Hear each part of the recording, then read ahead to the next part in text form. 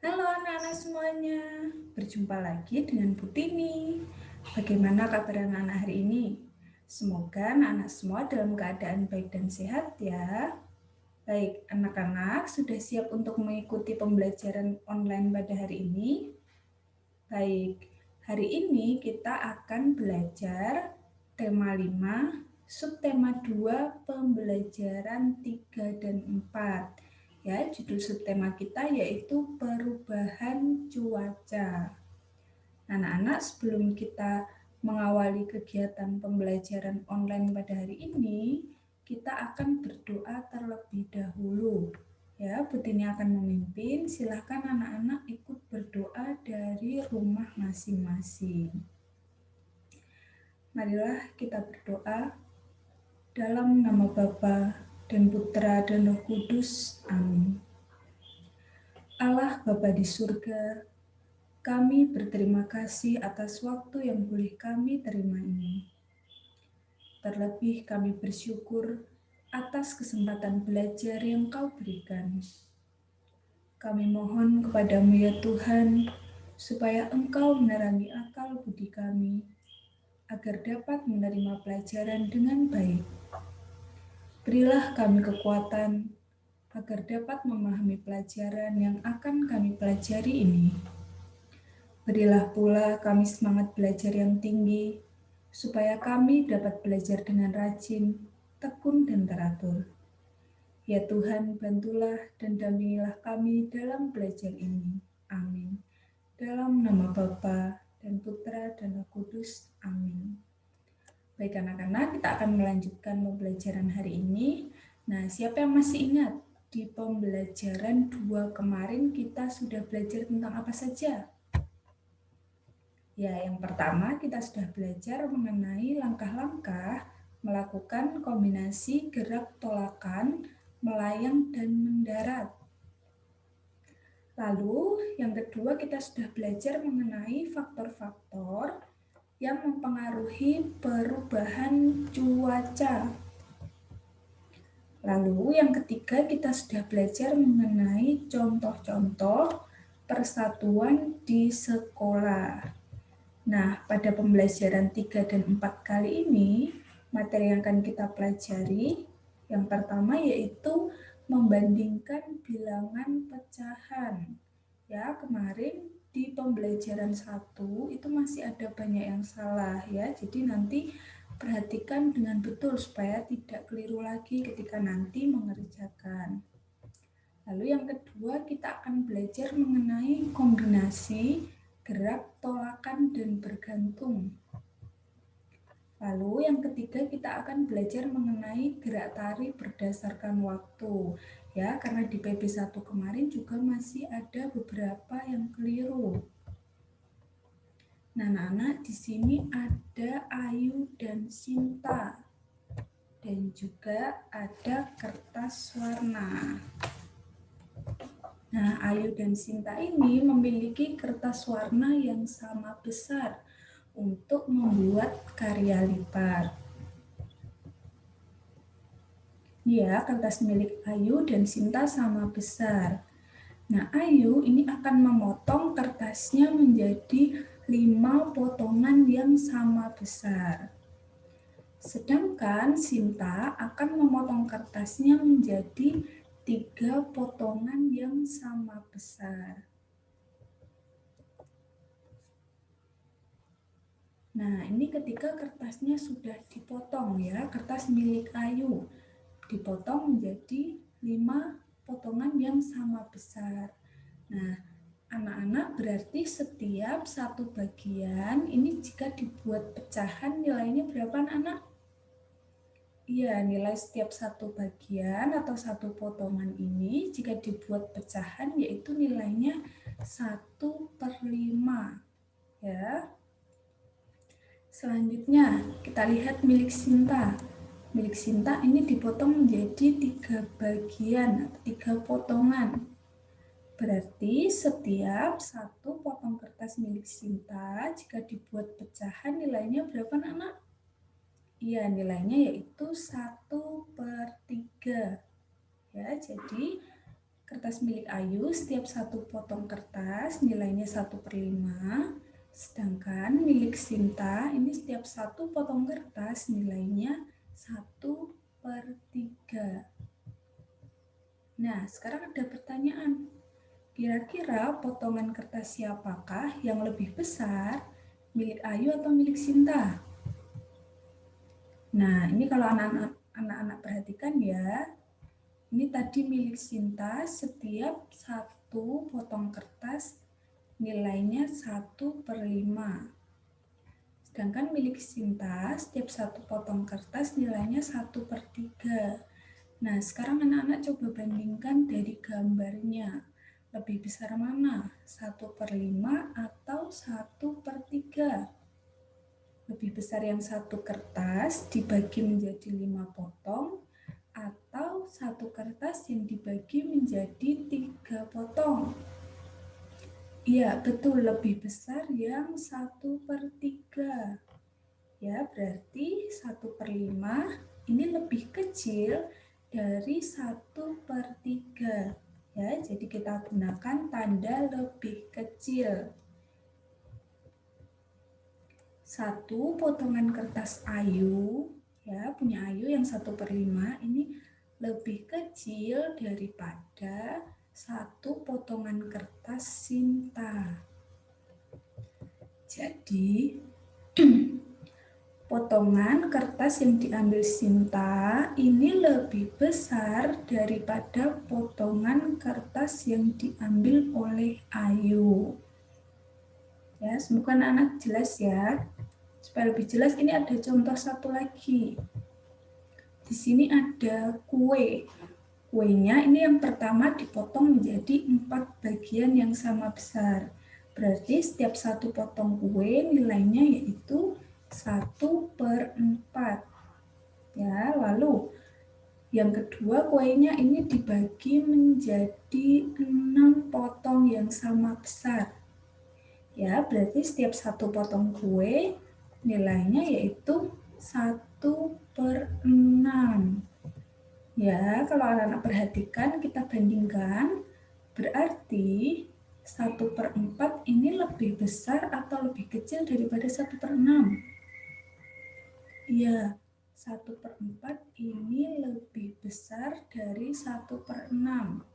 Ya, lebih besar potongan kue yang dibagi menjadi 4 daripada potongan kue yang dibagi menjadi 6. Ya, ini adalah tanda lebih besar. Nah, selanjutnya kita akan belajar pecahan di daerah terbayang. Apa itu daerah terbayang? Daerah terbayang ini adalah bagian yang diarsir. Ya, kalau anak-anak perhatikan, di sini ada lingkaran. Nah, lingkaran ini dibagi menjadi 8 bagian yang sama besar. Nah, sekarang kita akan hitung bagian yang terbayang atau bagian yang diarsir. Ya, berarti sebelah sini ada 1, 2, 3. Nah, berarti daerah yang terbayang ini adalah 3 per keseluruhan bagian. Ya, tadi keseluruhannya adalah 8. Jadi daerah terbayang ini menunjukkan pecahan 3/8. Nah, sekarang yang satunya lagi, kita hitung ini semuanya dibagi berapa ya? Ada 1, 2, 3, 4, 5, 6, 7, 8, 9, 10, 11, 12. Jadi di sini lingkarannya dibagi 12. Sedangkan daerah yang diarsir ini ada 1, 2, 3. Jadi daerah terbayang ini menunjukkan pecahan 3/12. Jadi penyebutnya ini adalah daerah yang diarsir. Sedangkan pembilangnya adalah keseluruhan bagian. Nah, sekarang kita akan membandingkan 3/8 dan juga 3/12. Lebih besar yang mana, anak-anak? Ya, lebih besar yang 3/8 ya. Kalau kita bandingkan yang diarsir ini lebih besar yang 3/8. berdasarkan gambar 3/8 ini lebih dari 3/12. Jadi dapat dituliskan 3/8 ini lebih besar, ya, tanda lebih besar daripada 3/12. Contoh yang kedua, di sini lingkarannya dibagi menjadi 14 bagian sama besar. Sedangkan daerah yang terbayang kita hitung 1, 2, 3, 4, ada 4. Jadi pecahannya yaitu 4/12. Lalu yang kedua, lingkarannya ini dibagi menjadi 6 bagian yang sama besar. Sedangkan daerah yang terbayang yaitu ada 1, 2, 3, 4. Ada 4 anak-anak. Jadi pecahannya kita tulis 4/6.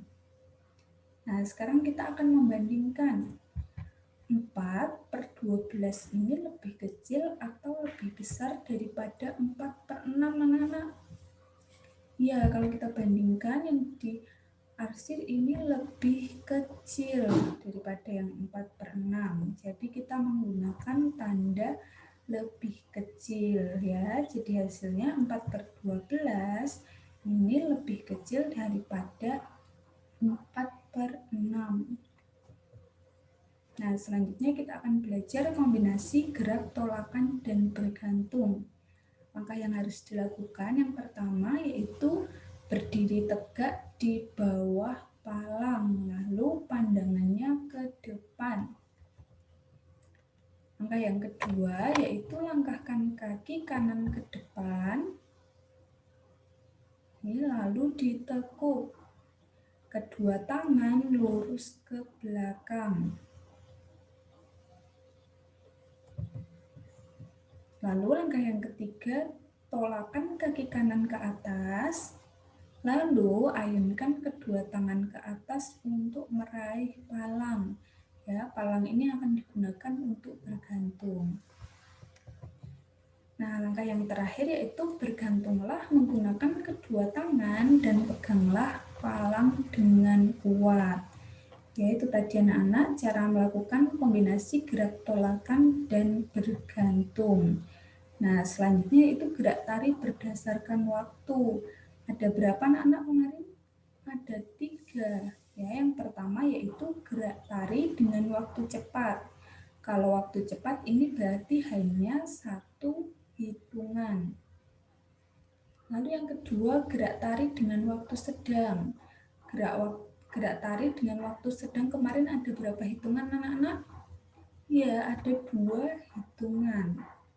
Lalu yang ketiga, gerak tari dengan waktu lambat. Ada berapa hitungan anak-anak? Iya, ada 4 hitungan. Jadi kalau nanti ada pertanyaan, gerak tari dengan waktu cepat, sedang, dan lambat itu dibedakan berdasarkan apa? Nah, jawabannya yaitu berdasarkan waktu. Nah, itu dia anak-anak materi kita untuk hari ini. Selanjutnya yaitu tugas. Tugas untuk hari ini anak-anak silahkan mengerjakan LKS halaman 43 sampai dengan 44. Ya, penilaian harian A dan B, pilihan ganda dan juga isian. Silahkan jawabannya seperti biasa langsung ditulis pada LKS. Jangan lupa nanti untuk difoto dan dikirim. Anak-anak, untuk mengakhiri kegiatan pembelajaran online pada hari ini, kita akan berdoa terlebih dahulu ya. Ini akan memimpin anak-anak, silahkan ikut berdoa dari rumah masing-masing. Marilah kita berdoa dalam nama Bapa dan Putra dan Roh Kudus. Amin. Allah Bapa kami bersyukur kepadamu atas berkat dan penyertaan-Mu selama kami belajar tadi. Semoga apa yang baru saja kami pelajari berguna bagi hidup kami dan berguna juga bagi sesama.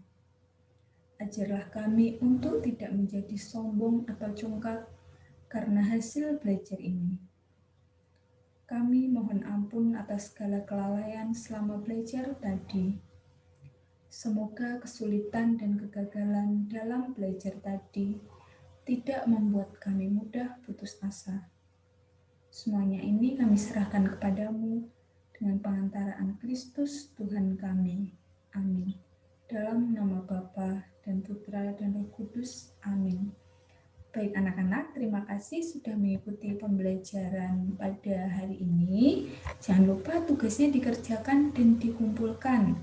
Ya, tetap jaga kesehatan di rumah dan sampai jumpa di pembelajaran selanjutnya.